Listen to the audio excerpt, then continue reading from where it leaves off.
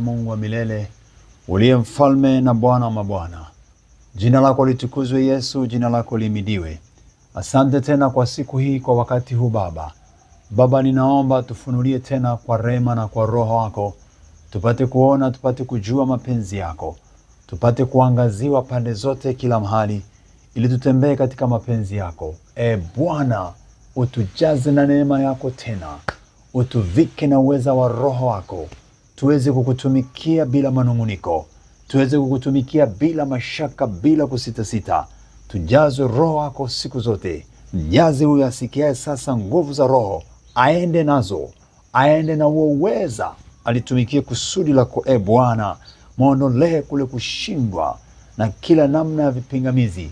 Kwa jina la Yesu, vikwa uweza wa Roho. Endelea kusimama imara, kutimiza mapenzi ya Mungu. Katika jina la Yesu Kristo. Amen. Roho Mtakatifu, twakuomba tuongoze katika maandiko ya matakatifu. Naomba tufunulie vyote kwa utukufu wako Baba yetu, kwa jina lako Yesu. Amina. Jina la Yesu litukuzwe sana. Karibu tena kwa neema ya Mungu. Tunaendelea na ujumbe wa neno la Mungu juu ya kufurahia mateso kwa ajili ya kumtumikia Bwana Yesu Kristo. Kufurahia mateso wakati au katika kumtumikia Bwana wetu Yesu Kristo. Yako mateso ambayo yapo, iko gharama iliyopo katika kumfuata Yesu, katika kujikana, kujitwika msalaba na kumfuata. Iko gharama, iko hapo. Kuna upingamizi utatokea, kuna dhuruba na mawimbi yatatokea, na hatakuwa na kusudi la kutuzuia au la kuendelea kuimarisha safari yetu. Jina la Yesu litukuzwe sana. Nirudie kusema neno hili, mateso yenye lengo la kukutukatisha tamaa yapo.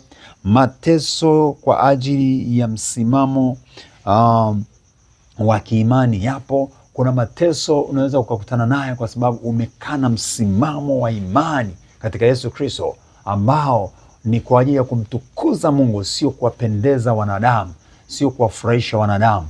Basi unaweza ukakutana na upinzani mkali na vita, lakini yuko anayetushindia, ambaye anasimama nasi, wala tusiogope. Jina la Yesu litukuzwe sana. Muwakilishe Yesu kwa furaha katika mateso.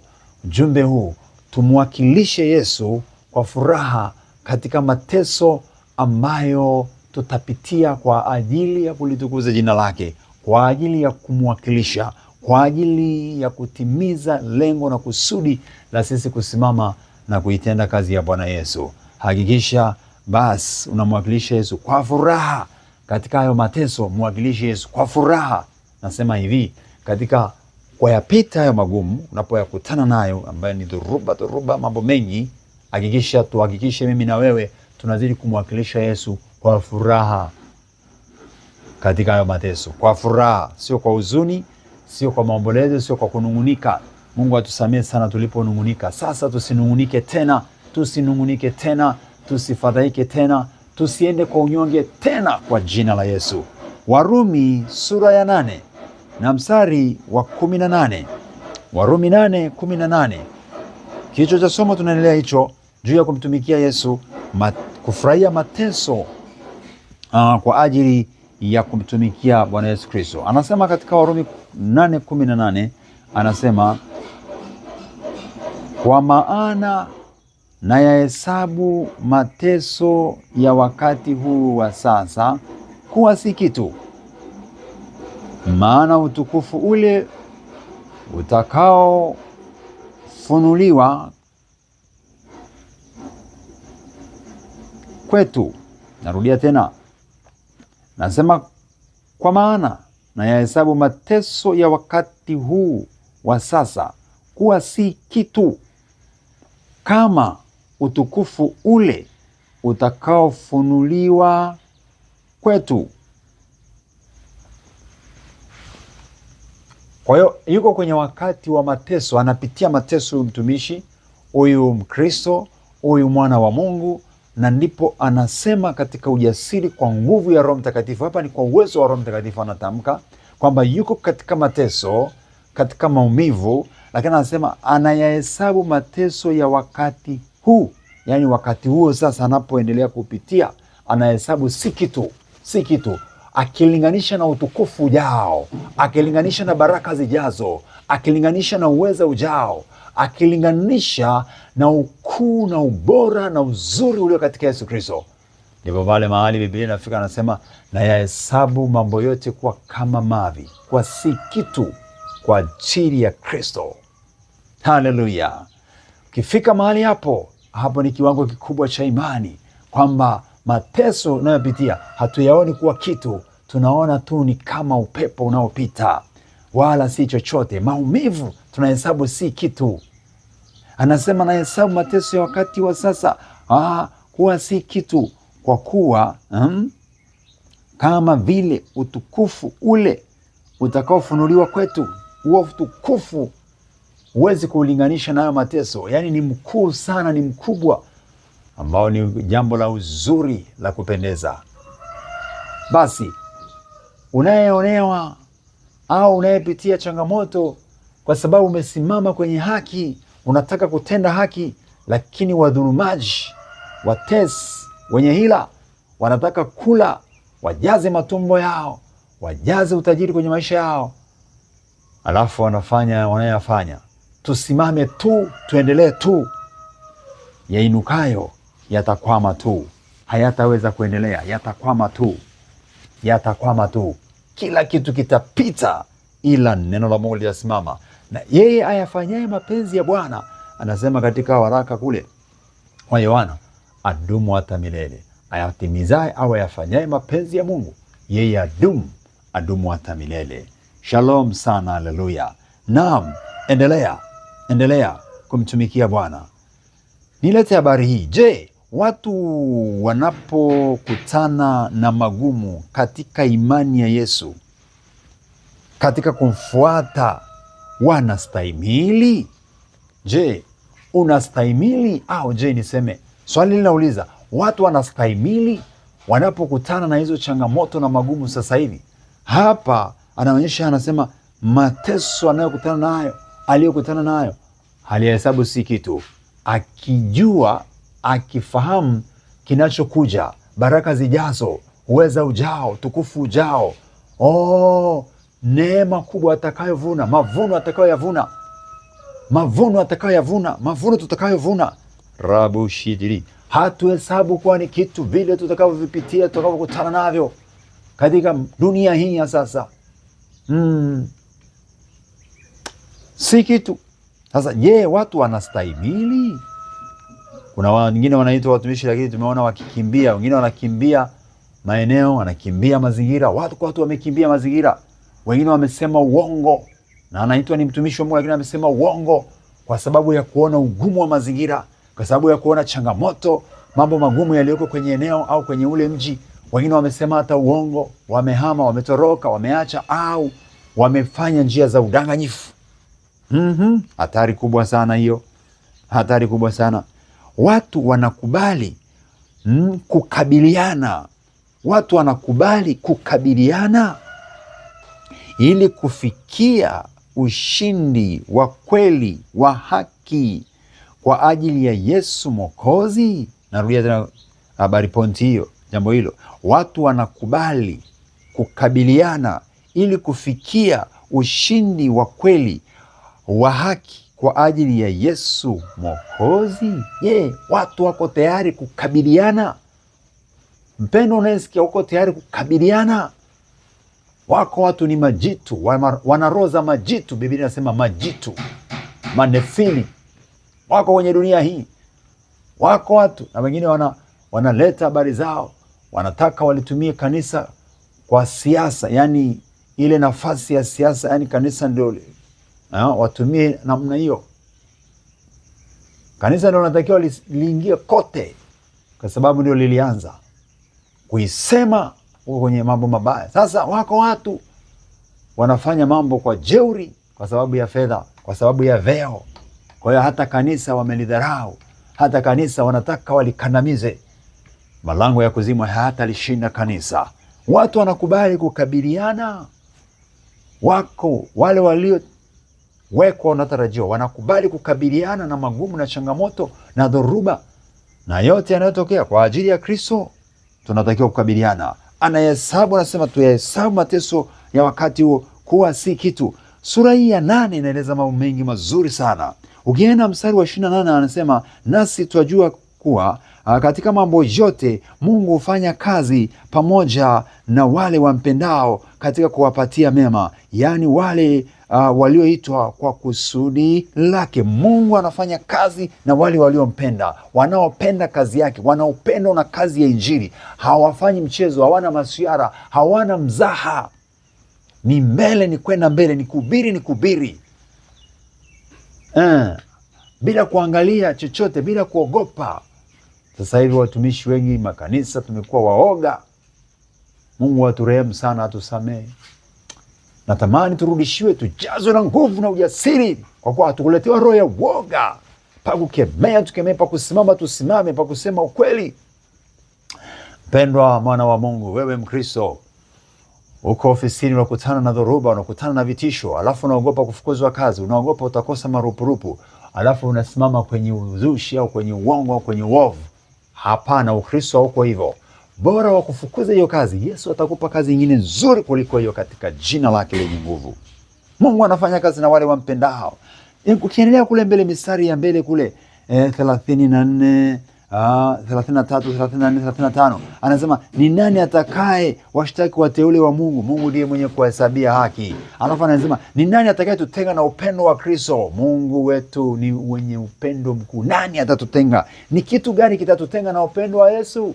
Ni dhiki, ni taabu, ni nini? Hakuna, wala haliwezi kuwepo litakaloweza kututenga. Halitakuwepo na halipo, kwa utukufu wa Mungu Baba yetu. Haleluya. Hakuna ambacho chaweza kututenga. Hakipo. Shalom sana, shalom. Ni nini? Anasema Mungu utenda kazi na wale wampendao. Angalia Wakorintho wa pili sura ile ya 4. Wakorintho wa pili sura ile ya 4. Nakumbusha tena hapa. Kama utakumbuka tulipapitia tena. Anasema hivi, Wakorintho wa pili sura ya 4 mstari wa 16 wa 17 pale anasema, kwa hiyo hatulegei, bali japokuwa utu wetu wa nje unachakaa, lakini utu wetu wa ndani unafanywa upya siku kwa siku. Angalia mstari ule wa 17.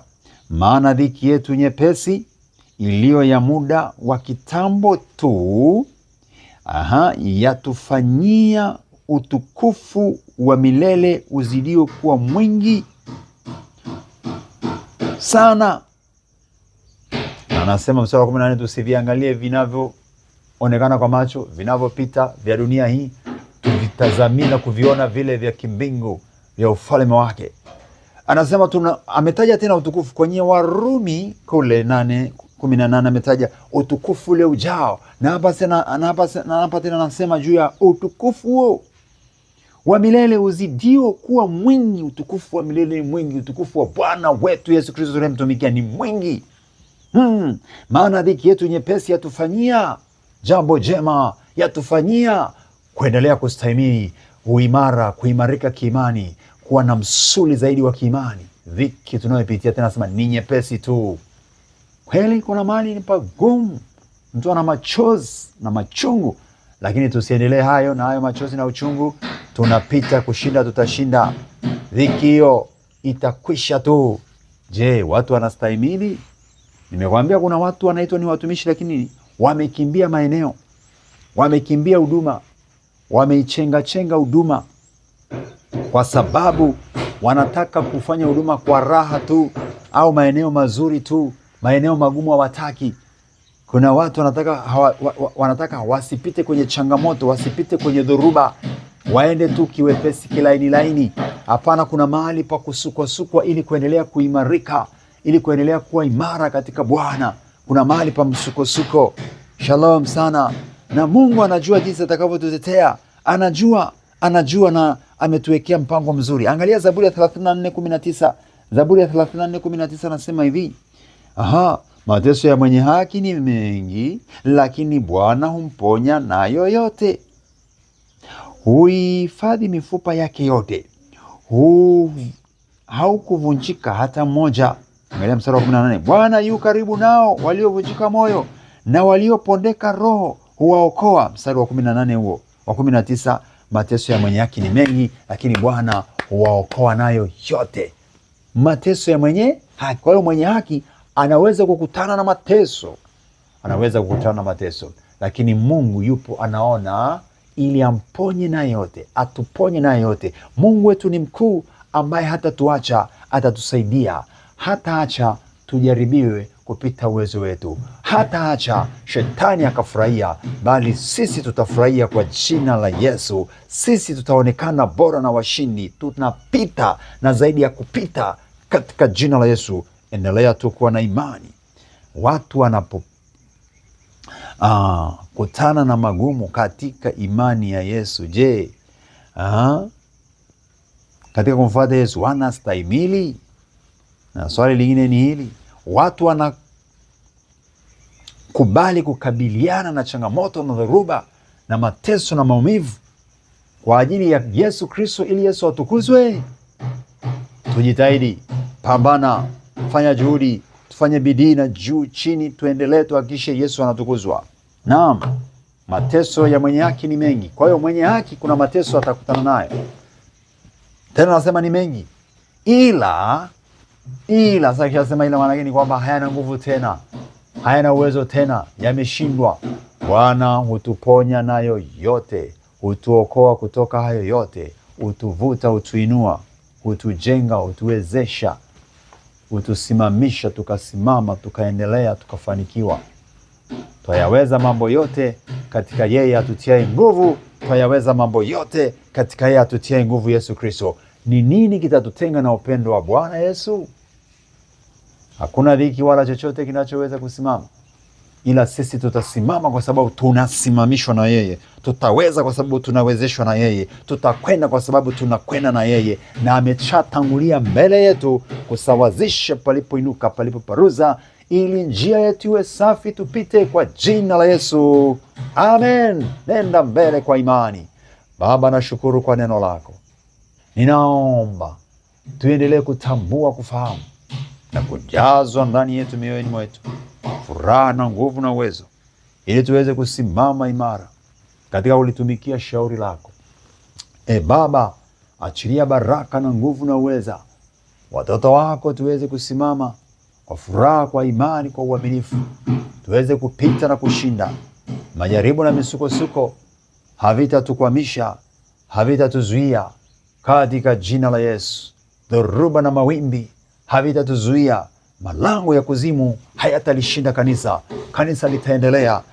Bwana, tujalie kwa neema na kwa rehema, tuweze kufahamu, tuweze kujua, tuweze kupita, tuweze kuendelea, tusonge mbele kwa damu ya Yesu na kwa jina la Yesu. Tuweze kuinuliwa na kustawi kwa nguvu ya Roho Mtakatifu, kwa uweza wa Roho Mtakatifu, katika damu ya Yesu Kristo wa Nazareti aliye hai.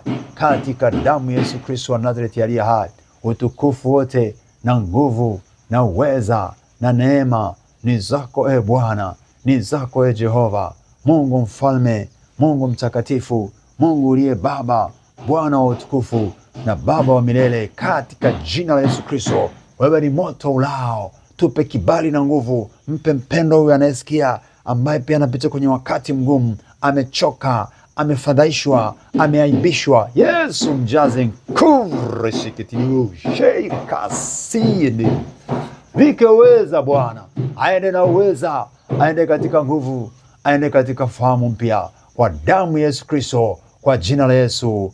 Bwana Yesu akubariki, akuvike uweza na nguvu, akusaidie. Haleluya, amen. Viko uweza tele. Yesu anakupenda. Endelea kumpenda Yesu, wala usirudi nyuma. Barikiwa kwa jina la Yesu. Karibu pia nikukaribishe kuendelea kutuombea na kushiriki nasi kwa sadaka, kwa namna zote zinazostahili, kwa matoleo yako kuifanya kazi ya Yesu.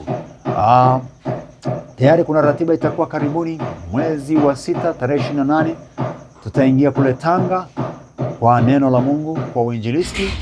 Kwa hiyo tutaenda maeneo yale ya Tanga. Karibu sana, ushiriki nasi kwa utukufu wa Bwana Yesu. Lakini pia karibu sana kwa ajili ya ujenzi wa madhabahu ni maeneo ya Kiharaka hii Bagamoyo, karibu na Mbweni, Dar es Salaam.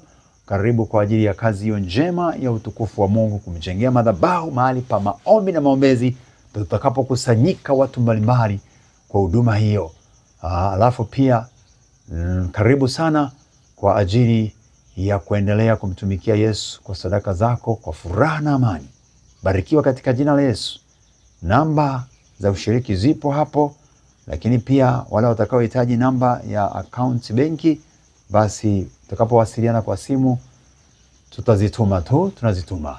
Namba ya simu iko hapo chini kwenye simu yako, utaiona, ambayo ya Airtel ni 0787 62 75 91. Hiyo ni Airtel na jina la namba zote inakuja Eli Mlinzi Mbise. 0787 62 75 91. Vodacom ni 0762 282 439. 0762 282 439. Bwana Mungu akubariki, akuangazie nuru za uso wake, akufadhili, akuinulie uso wake